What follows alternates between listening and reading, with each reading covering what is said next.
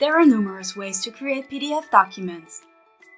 Let's look at some of the most popular ways to create PDFs using Foxit PDF Editor's cloud-based conversion capabilities. One way is through the Create functions under the Convert tab. First, click on the Convert tab.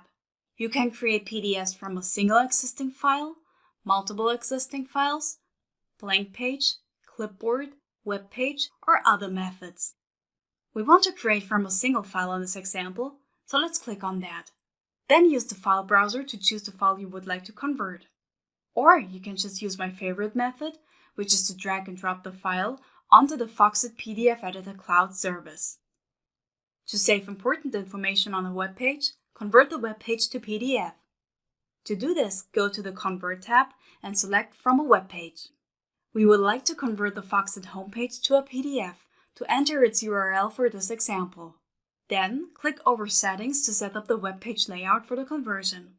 For this case, we would choose Scale, which is the default option. Finally, click over OK to start the conversion. As you can see, our web page has been converted to PDF.